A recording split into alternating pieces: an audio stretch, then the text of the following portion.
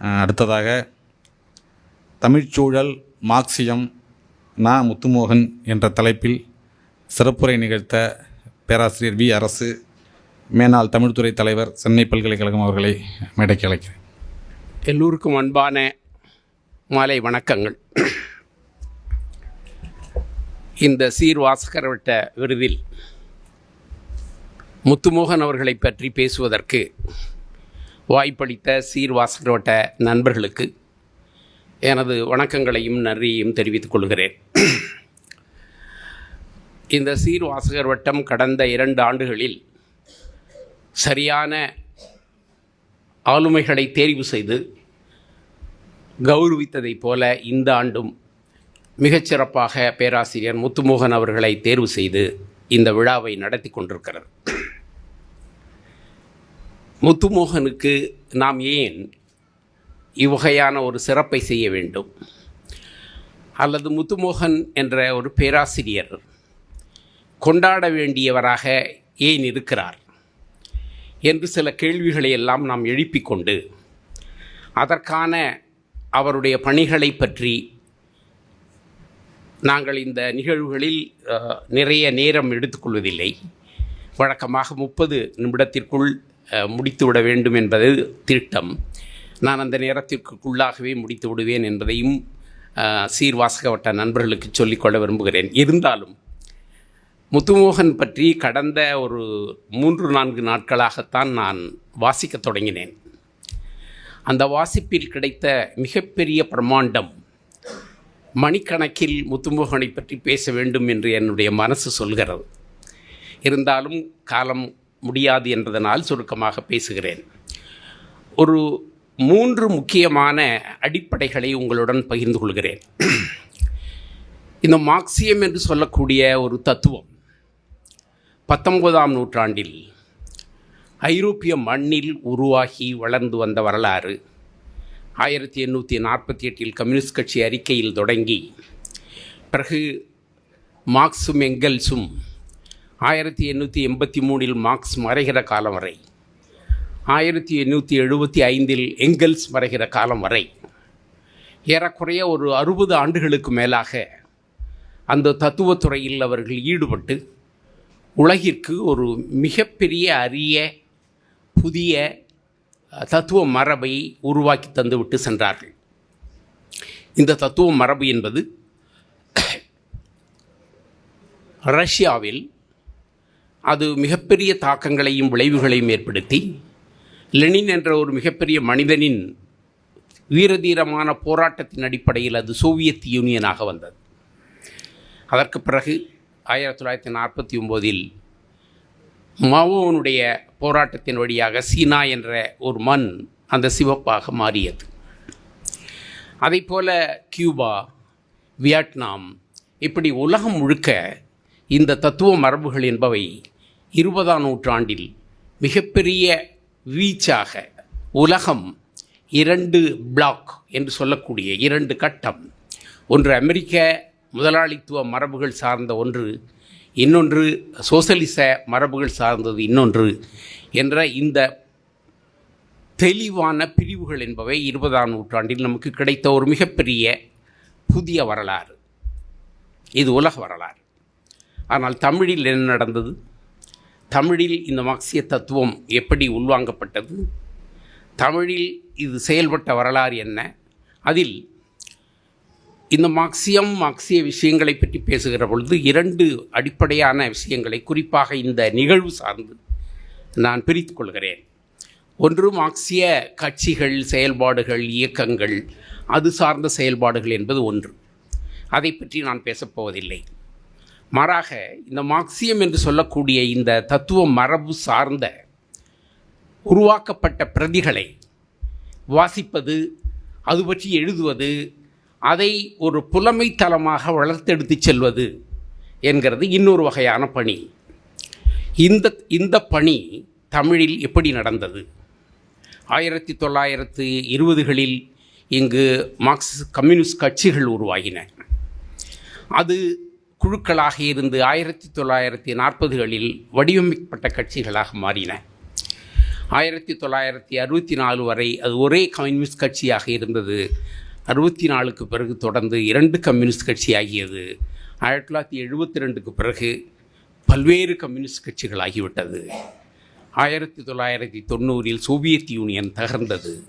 இப்படி இந்த இந்த இந்த வரலாற்றுக்குள்ளே தமிழ்ச்சூழல் இந்த மார்க்சிய புலமைத்துவ மரபுகளை எப்படியெல்லாம் உள்வாங்கியது, யார் செயல்பட்டார்கள், யார் அதில் எழுதினார்கள், யார் பேசினார்கள் என்ற வரலாற்றுக்குள் நாம் ஒரு ஒரு ஒரு ஒரு நெட்டோட்டமாக பயணித்தால் அந்த பயணத்தின் அடிப்படையிலிருந்து முத்துமோகன் என்று சொல்லக்கூடிய ஒரு மனிதர் என்ன சாதனை செய்திருக்கிறார் என்பதை புரிந்து கொள்வதற்காகத்தான் நான் இந்த சுருக்கமான வரலாற்றை சொல்கிறேன். மார்க்சியம் என்பது பற்றி சிங்காரவேலர் தான் நமக்கு முதல் எழுதத் தொடங்கிய பெருமகன். அந்த பெருமகனுடைய எழுத்துக்கள் என்பவை குடியரசு பத்திரிகையின் ஊடாக பெரியாரினுடைய இணைவோடு சேர்ந்து அறிவியல் பூர்வமான உலகத்தை புரிந்து கொள்ளுதல் என்பது தான் அவருடைய முதன்மையான நோக்கமாக இருந்தது. உலகத்தில் உருவாகி வந்த புதிய அறிவியல், ஐரோப்பிய மண்ணில் உருவான புத்தொல்லி மரபுகளின் வழியாக உருவாகி வந்த புதிய கண்டுபிடிப்புகள் உலகத்தை எப்படி மாற்றியிருக்கிறது, இந்த சமூகம், இந்த மனு தர்ம பூமி எப்படி இருக்கிறது, இந்த மனு தர்மத்தை ஒழிப்பதற்கான வடிவம் ஐரோப்பிய பின்புலத்தில் உருவான அறிவியல் சார்ந்துதான் சாத்தியம் என்பதை அவருடைய எல்லா எழுத்துக்களும் சொல்லின. 1924 தொடக்கம் 1935 வரை அவர் எழுதிய எல்லா எழுத்துக்களையும் நீங்கள் இணைத்து பார்த்தால் ஒரு அறிவியல் பூர்வமான சமூகத்தை உருவாக்குவதற்கு உலகத்தில் என்னென்ன நடந்திருக்கிறது, நாம் என்ன செய்து கொண்டிருக்கிறோம் என்பது பற்றி அவர் எழுதினார். அது நேரடியான மார்க்ஸ் மேற்கோள்களையோ, எங்கெல்ஸ் மேற்கோள்களையோ, லெனின் மேற்கோள்களையோ, இப்படியான ஒரு முறைமையை அவர் அந்த பிரதிகளை எடுத்து மேற்கோள் கொள்வதற்கான வாய்ப்பு அவருக்கு கிடைக்கவில்லை. அந்த காலத்தில் அந்த பிரதிகளெல்லாம் பெரும்பகுதி ஜெர்மன் மொழியில் இருந்திருக்கும் அல்லது ரஷ்ய மொழியில் இருந்திருக்கும். அது ஆங்கிலத்தில் கூட மிக பிற்காலத்தில் தான் அது உருவாகியது என்பதினாலே அவர் அப்படியான ஒரு மார்க்சிய வரலாற்றை பின்னர் மார்க்சிஸ்ட் இந்த கட்சிகள் சார்ந்து மார்க்சிய கட்சிகள் சார்ந்து வந்த பெரியவர்கள் நிறைய இயக்கப் பணிகளை செய்தார்கள். இந்த புலமைத்துவம் சார்ந்த புத்தகங்கள், அதை உருவாக்குவது, எழுதுவது, அதை வாசிப்பது என்பது அவர்களுக்கும் சாத்தியப்படாமல் தான் இருந்தது. நான் சொன்னதைப் போல அவர்களுக்கு பிரதிகள் இல்லை. அவைகளெல்லாம் தலைமறைவாக அந்த பிரதிகளை வாங்கி ஆங்கிலத்தில் வாசிப்பது என்பதுதான் 1950கள் வரை கம்யூனிஸ்டுகளுக்கு இருந்த ஒரு சோகம். ஆனால் பிறகு அந்த தத்துவ மரபுகளை எழுதுவது, பேசுவது, புத்தகங்களாக்குவது என்பது குறிப்பாக 1946இல் இந்திய கம்யூனிஸ்ட் கட்சி உருவாக்கிய ஜனசக்தி பிரசுராலயம் என்ற ஒரு அமைப்பு மிக முக்கிய பங்களிப்பு செய்தது.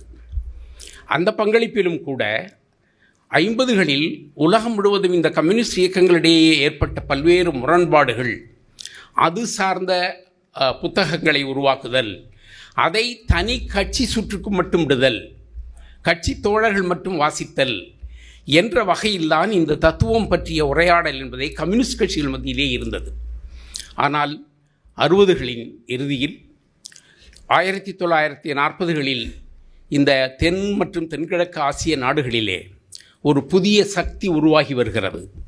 காலனி ஆட்சியாளர்களை எதிர்த்து போராடுகிறார்கள். இந்த காலனியம் வெளியேற்றப்படும்.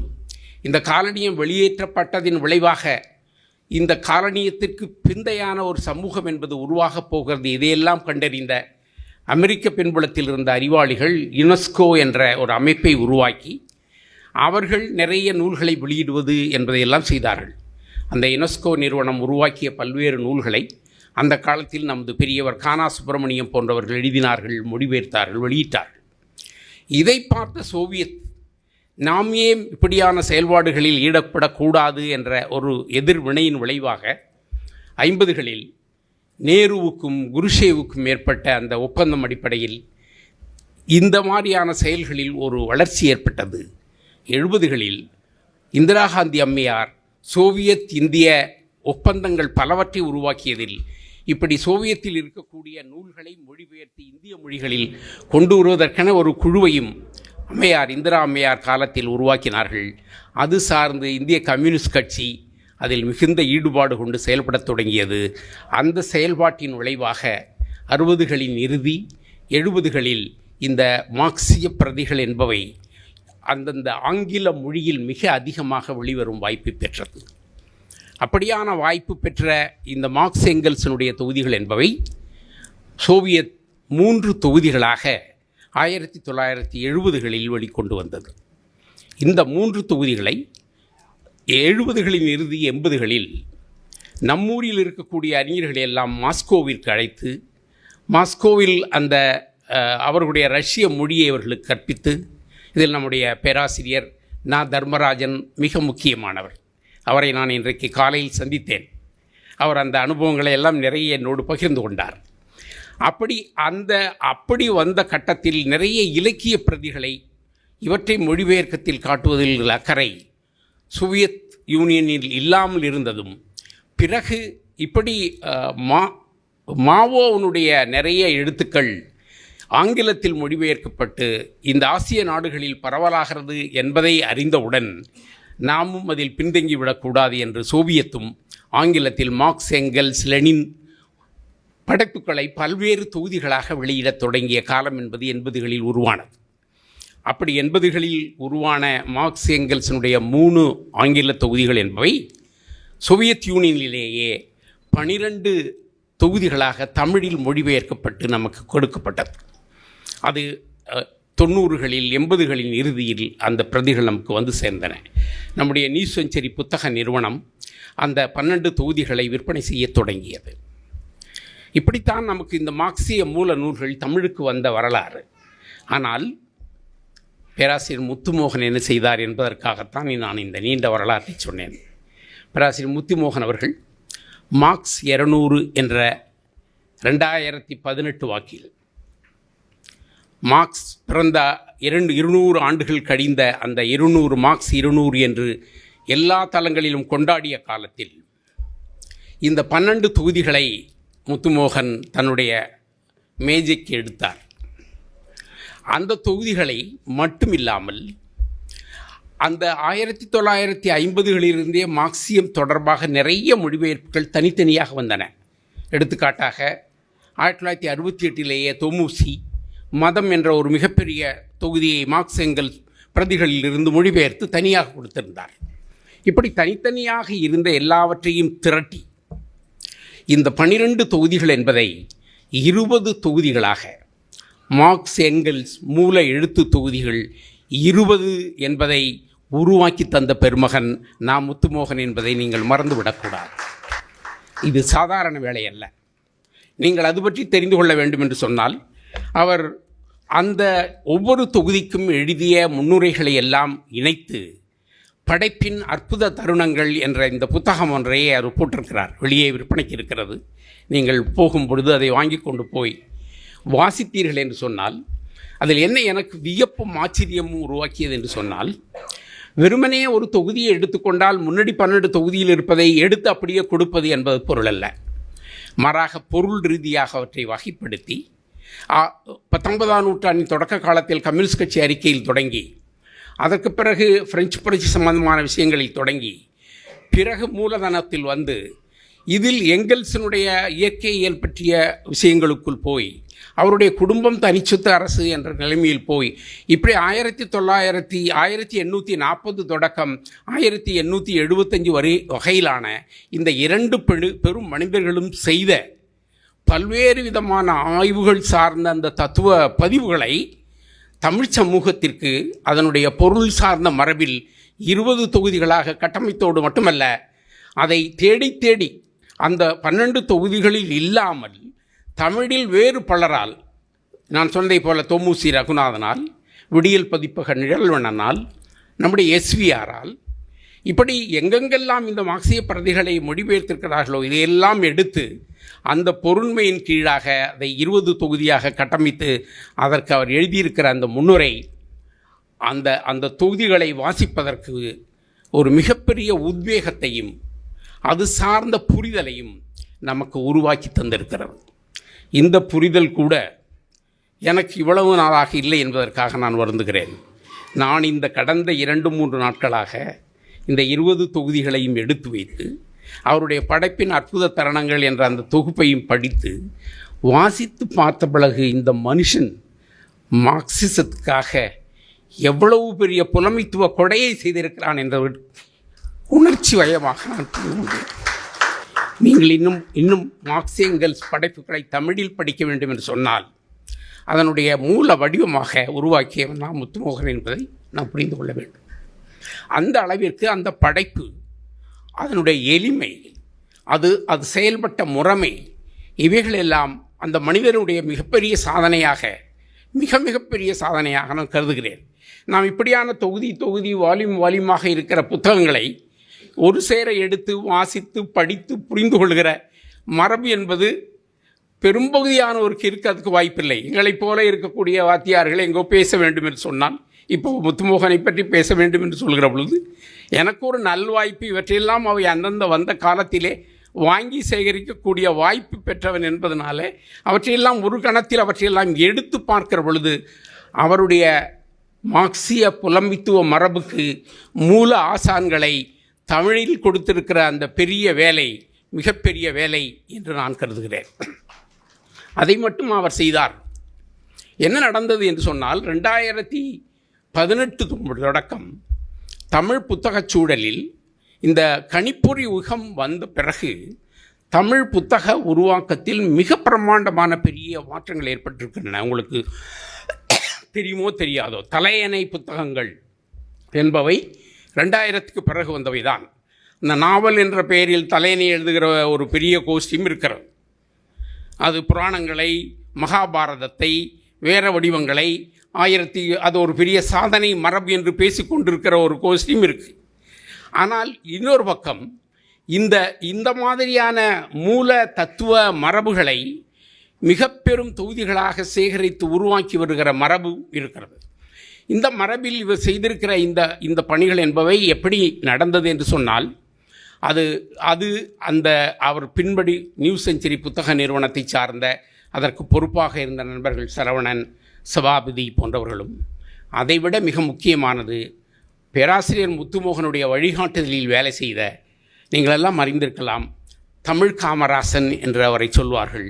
அவர் ஒரு ஆராய்ச்சி மாணவர். அவர் எனக்கு நன்றாக தெரியும், சென்னையில் தான் இருக்கிறார். அவருடைய தேனி போன்ற உழைப்பு இதில் மிக முக்கியமாக இருக்கிறது. நான் காமராசிடம் நேற்று ஒரு 2 மணி நேரம் இதை பற்றி பேசினேன். என்னப்பா வேலை செஞ்சீங்க, என்ன பண்ணீங்க? அவர் சொன்ன தகவல்களும் அதை முத்துமோகன் சார் கொடுத்த விஷயங்களும், அவன் முத்துமோகன் சார் என்று தான் சொல்லுகிறான். அந்த முத்துமோகன் சார் எனக்கு கொடுத்த விஷயங்களையும் நாங்கள் தொகுத்து தருகிற பொழுது தமிழுக்கு மூல ஆசான்களின் அந்த மூல படைப்புகளை மிகச்சிறப்பாக கொடுத்திருக்கிறோம் என்ற ஒரு நிறைவு கிடைத்தது என்று சொன்னார். அதோடு விட்டாரா இவர்? இல்லை.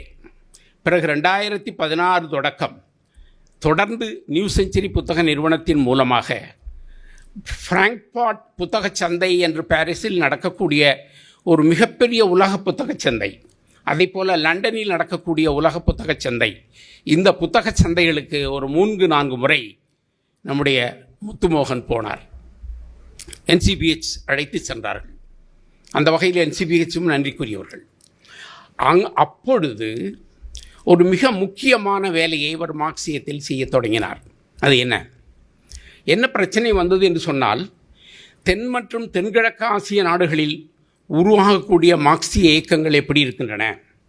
இப்போ எடுத்துக்காட்டாக அண்மையில் நேபாளில் ஒரு இளைஞர் கூட்டம் போராடுகிறான், இலங்கையில் இன்னொரு இளைஞர் கூட்டம் போராடுகிறான். அப்பொழுது இப்படியான இளைஞர்கள் சார்ந்த போராட்ட மரபுகள் நம்மூரில் கூட அண்மையில் விசில் அந்த வேலையை செய்ததாக சொல்கிறார்கள். இந்த எல்லா விஷயங்களையும் இணைத்து பார்க்கிற பொழுது சமூகத்தில் நடக்கக்கூடிய போராட்டங்கள் என்பவை ஒரு காலத்தில்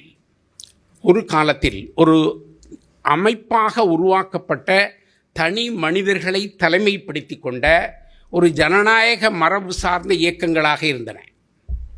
இன்னொரு பக்கம் வர்க்க அரசியலை முதன்மைப்படுத்தி, மார்க்சியத்தை முதன்மைப்படுத்தி அதை சார்ந்த போராட்ட வடிவங்களாக இருந்தன. ஆனால் இன்றைக்கு அதை மீறி வேறு ஒரு போராட்ட வடிவமும், வேறு ஒரு அணி சேர்தலும், வேறு வகையான வகைகளும், அது இனம் சார்ந்து, மொழி சார்ந்து, அவங்களுடைய வட்டாரம் சார்ந்து, அதன் ஊடாக சமூக பிரச்சனைகளை முன்னெடுக்கக்கூடிய மரபும் நம் ஊரில் நீங்கள் எல்லாம் பார்த்தீர்களோ என்னமோ, நான் இன்று பார்த்தேன் நம்முடைய ஜல்லிக்கட்டுக்கு எதிராக சென்னை அந்த கடற்கரையில் கூடிய கூட்டம். அசந்து போனேன் நான் எல்லாம். ஒரு 4-5 நாட்கள் அந்த உள்ளுக்கு நுழைஞ்சு போக முடியாத அளவுக்கு லட்சக்கணக்கான இளைஞர்கள் என்னடா இப்படி வந்து நிற்கிறாங்களேன்னு சொல்லி. இதுக்கெல்லாம் ஒரு சமூக அரசியல் காரணத்தை தேடுகிற அந்த வேளையில் முத்துமோகன் இறங்கத் தொடங்கினார். அதனுடைய விளைவு இந்த ஐரோப்பிய நாடுகளிலே நவீன மார்க்சிய மரபுகள் சார்ந்த நூல்களை எல்லாவற்றையும் திரட்டினார். ஏறக்குறைய 30 நூல்கள். இந்த 30 நூல்களையும் எடுத்துக்கொண்டு வந்து அதை மொழிபெயர்த்து தமிழில் கொடுத்திருக்கிறார். அது ஒரு பெரிய நிறைய சப்ஜெக்ட். அதில் எடுத்துக்காட்டுக்காக 2 மட்டும் நான் சொல்கிறேன். அது என்னவென்று சொன்னால், இந்த உலக புத்தக சந்தையில் போகிற பொழுது உலகம் முழுதும் எப்படியான இந்த புத்தகங்கள் உருவாக்கப்படுகின்றன என்பது பற்றியான புரிதல் அவருக்கு கிடைக்கிறது. அந்த புரிதல் சார்ந்து அவர் அந்த புத்தகங்களை தெரிவு செய்ய தொடங்குகிறார். இதில் ஒரு மிக முக்கியமான விஷயம் என்னவென்று சொன்னால், உலகில் இந்த யூரோப் என்று சொல்லக்கூடிய லண்டன் மாநகர், அதை சார்ந்து உருவாகக்கூடிய மார்க்சிய அறிஞர்கள் என்ற ஒரு கூட்டம் உண்டு. அது தொடக்க காலத்திலிருந்தே இருக்கிறது. நீங்கள் எல்லாம் வாசித்திருக்கலாம். மௌரிஸ் கான்ஃபோர்த் அவர் தொழிலாளர்களுக்கு எடுத்த அந்த உரைகள் எல்லாம் தமிழில் புத்தகமாக வந்திருக்கிறது. மௌரிஸ் கான்ஃபோர்த் ஒரு முக்கியமான நாம் மார்க்சியத்தை அறிந்து கொள்ளக்கூடிய ஒரு அறிஞராக இருந்தார். அதுபோல் ஜேடி பெர்னால் மார்க்சியத்தை அறிவியல் வழியாக, அறிவியல் வரலாறு என்பதே ஒரு மார்க்சியத்தின் வரலாறு தான் என்பதை கட்டமைத்து எழுதிய பெரியவர் ஜேடி பெர்னால். அதே போல் எமிலி பர்ன்ஸ், நீங்கள் எல்லோரும் மார்க்சியம் படிக்கிற பொழுது பணம் என்றால் என்ன, பணத்தின் மதிப்பு என்ற ஒரு குட்டி புஸ்தகத்தை படித்திருப்பீர்கள். அந்த எமிலி பெர்ன்ஸ், அதே போல் கிறிஸ்டோபர் கார்டுவெல் பண்பாட்டு தளத்தில் மார்க்சியம் பற்றி பேசிய மிகப்பெரிய அறிஞர். இவர்கள் எல்லாம் இந்த லண்டன் இங்கிலாந்து பின்புலத்தில் வந்தவர்கள். இந்த பின்புலத்தில் அண்மை காலத்தில் வரக்கூடிய எரிக் ஹாப்ஸ்பாம் என்று சொல்லக்கூடிய அறிஞர், அவருடைய 6 நூல்களை முத்துமோகன் கண்டுபிடித்து தமிழில் மொழிபெயர்த்து தந்திருக்கிறார். இதை போல் அந்த அவருடைய 30 நூல்களை பற்றியும் நான் விரிவாக பேச முடியும், ஆனால் நேரம் இல்லை. இந்த எரிக்ஸ்மேனை ஒரு எடுத்துக்காட்டாக கொண்டு முத்துமோகன் எவ்வகையான நவீன உலகத்திற்கு தேவையான மார்க்சிய பற்றி நவீன உலகத்தில் பேசக்கூடிய செய்திகளை எரிக்ஸ்மேன் வழியாக இவர் எப்படி கொண்டு வந்திருக்கிறார் என்பது எனக்கு முக்கியமாகப்பட்டது.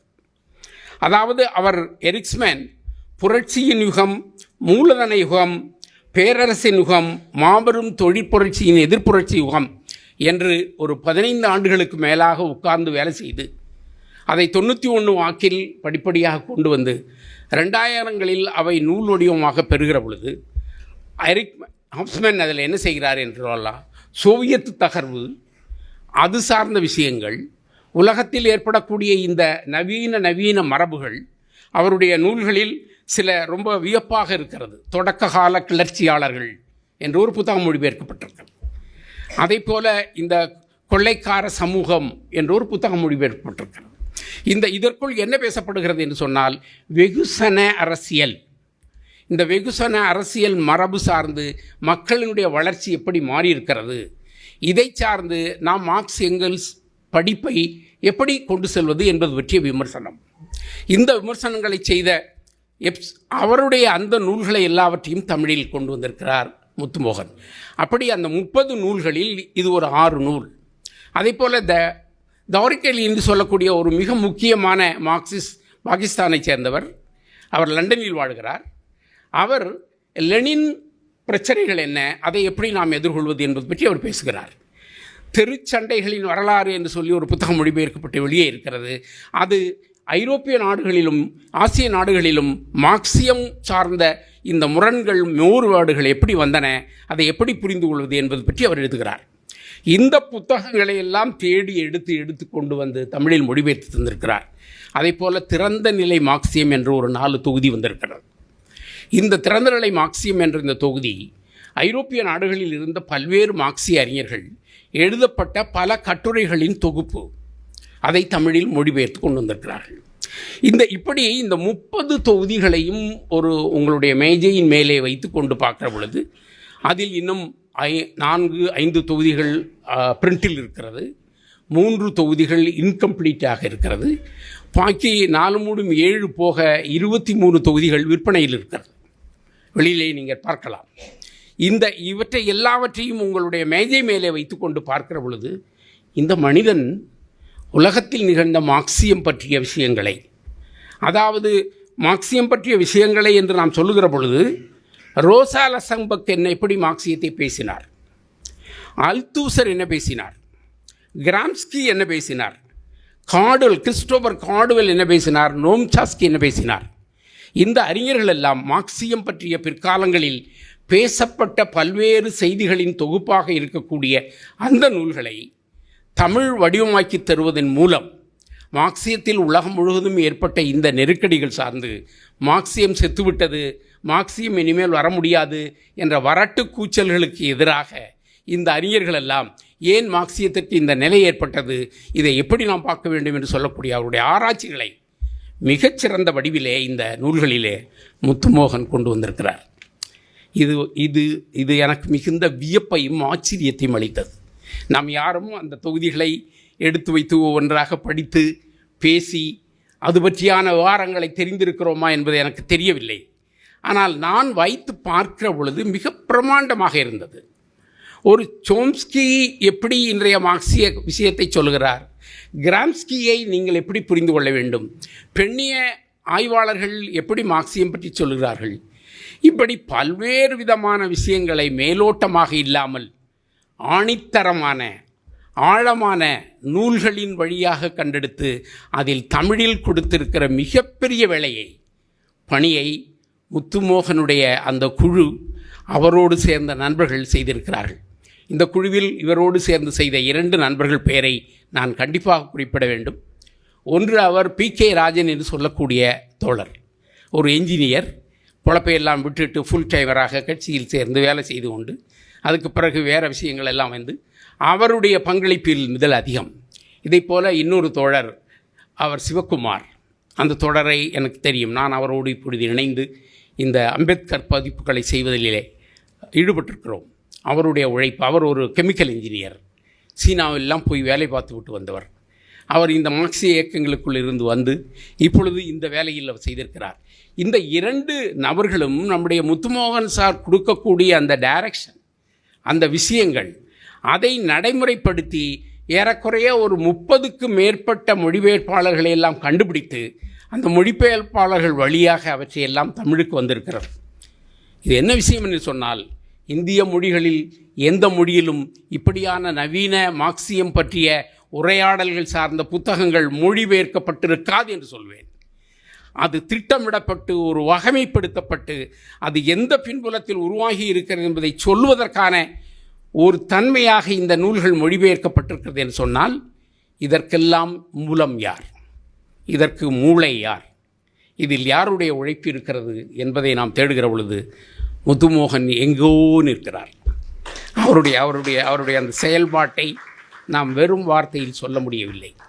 அதற்கான அந்த பரிமாணம் மிக பெரிது. இந்த வகையில் இந்த மார்க்சிய புலமைத்துவ உலகில் பணியாற்றிய அந்த மனிதர் இதை மட்டும்தான் செய்தாரா? இல்லை. இந்த மொழிபெயர்ப்புகள், இதில் பேசப்படும் விஷயங்கள், இதை சார்ந்து அவர் முன்னெடுத்த பல விஷயங்கள் இருக்கு. ஆனால் நேரம் கருதி 2 நிமிஷங்களை மட்டும் பேசி நான் முடித்துக் கொள்கிறேன். அது ஒன்று, இந்திய தத்துவ மரபுகள் பற்றிய அவருடைய ஆராய்ச்சி. இந்திய தத்துவ மரபுகளும் தடங்களும் அப்படின்னு சொல்லக்கூடிய அந்த நூல் ஒரு மிக முக்கியமான நூல். அதில் எனக்கு ஒரு வகையில் ஒரு மகிழ்ச்சி உண்டு. நாங்கள் ஒரு கங்கு என்ற வரிசையில் எல்லா தத்துவ மரபுகளின் அரசியல் என்ற ஒரு வரிசையை 10 நூல் கொண்டு வந்தோம். அதில் தத்துவத்தின் அரசியல் பற்றி நாம் முத்துமோகன் சார்கிட்ட வாங்கி நாங்கள் ஒரு 64 பக்கத்தில் கொண்டு வந்தோம். அதில் நம்ம ஒரு 10 நூல், அது ஒரு பயங்கரமான விற்பனை. அதை திருப்பி ஒரு வால்யூமாக கொண்டு வர்ற முயற்சியில் இப்போ ஈடுபட்டிருக்கோம். அதிலிருந்து தொடங்கி அவர் இந்த தத்துவ மரபுகள் சார்ந்த உரையாடல்களை முன்னெடுத்திருக்கிறார். இதை நீங்கள் அவருடைய அந்த நூல் இருக்குல்ல, அதை நீங்கள் அருள் கூர்ந்து வாசிக்க வேண்டும். அந்த நூல் இந்திய தத்துவங்களும் தமிழின் தடங்களும், இதுதான் முக்கியம். இந்த 2வது வார்த்தை எனக்கு ரொம்ப முக்கியம். இந்திய தத்துவங்களை பற்றி எல்லாரும் பேசுவாங்க, எல்லாரும் செய்வாங்க. அதில் தமிழுக்கு என்ன தொடர்பு இருக்கியா? தமிழுக்கு அது ஏதாச்சும் விஷயம் இருக்கா என்பதை பற்றி இதுவரை யாரும் பேசியிருக்க முடியாது. அது ஒரு டெக்ஸ்ட் புக்காக பண்ணுவார்கள். முத்துமோகன் அதை நேரடியாக தமிழ்ச் சூழலோடு இணைத்து ஒரு சமஸ்கிருத பின்புலத்தில் உருவாகி வந்த மனுநீதி சார்ந்த தத்துவ மரபு, மதம் சார்ந்த தத்துவ மரபை ஒரு மக்கள் தத்துவ மரபாக எப்படி கட்டமைக்க வேண்டும், அதில் தமிழ்ச்சூழலில் என்ன நடந்தது, தமிழ்ச்சூழலில் நம்முடைய சங்க இலக்கியம் எதை சொல்லியது, தொல்காப்பியர் என்ன சொன்னார், அதை போல பின்னாடி வந்த அறிஞர்கள் குறிப்பாக ராமலிங்கர் என்ன சொன்னார், பெரியார் என்ன சொன்னார், அம்பேத்கர் என்ன சொன்னார், அயோத்திதாசர் என்ன சொன்னார் என்று அந்த மரபுகளை எல்லாவற்றையும் உள்வாங்கி அது பற்றிய உரையாடல்களை முன்னெடுத்து தமிழர் அடையாளங்கள் என்ற இன்னொரு வகையான ஒரு தத்துவ கோட்பாட்டு மரபையும் அவர் கொண்டு வந்திருக்கிறார். அதில் அவர் இந்த தமிழர் அடையாளங்கள் என்று சொல்லுகிற பொழுது ஒரு இனம் சார்ந்து, மொழி சார்ந்து, அது சார்ந்த விஷயங்களை நாம் உரையாடலுக்கு எடுத்துக்கொள்ளுகிற பொழுது அந்த அடையாளங்கள் எந்த வகையில் மார்க்சிய தத்துவ வர்க்க மரபு சார்ந்த போராட்டங்களோடு இணைந்ததாக இருக்க முடியும். ஏன்னு சொன்னால் மார்க்சியர்களுக்கு இந்த அடையாளம் என்று சொல்லுகிற சொல் கெட்ட சொல். அடையாளம் என்று ஒரு மார்க்சிய குழுக்களில் யாரேனும் பேசினான் என்று சொன்னால் இந்த ஆள் என்னமோ பேசுகிறானப்பா என்று சொல்லி மார்க்சிய அறிஞர்கள் சந்தேகப்படுவார்கள், கட்சி சார்ந்த மார்க்சிய அறிஞர்கள். ஏன்னா மொழி இல்லை, இனம் இல்லை அப்படின்னு கோஷம் போடுவாங்க. யதார்த்தத்தில் மொழி இல்லாமல், இனம் இல்லாமல் ஒரு சமூக இயக்கம் என்பது எங்கே இருக்குது? எனக்கு தெரியும், இப்போ ஒரு 20-30 வருஷத்துக்கு முன்னாடியெல்லாம் கூட்டமாக சேர்ந்து வச்சுட்டு அவங்க போடுற கோஷத்தில் இது முக்கியமான கோஷம். ஆனால் முத்துமோகன் அந்த உலகத்தில் நடந்த பல்வேறு விதமான வரலாற்று பின்புலத்தில் இந்த கருப்பர்கள் இனம் சார்ந்து அமெரிக்கா போன்ற நாடுகளில் உருவான மார்க்சிய மரபு சார்ந்த போராட்டங்கள் இப்படிப்பட்டவை. குறிப்பாக நம்ம ஊரில் இது ரொம்ப முக்கியம். நான் அம்பேத்கரை பற்றி விரிவாக பேச வேண்டும்.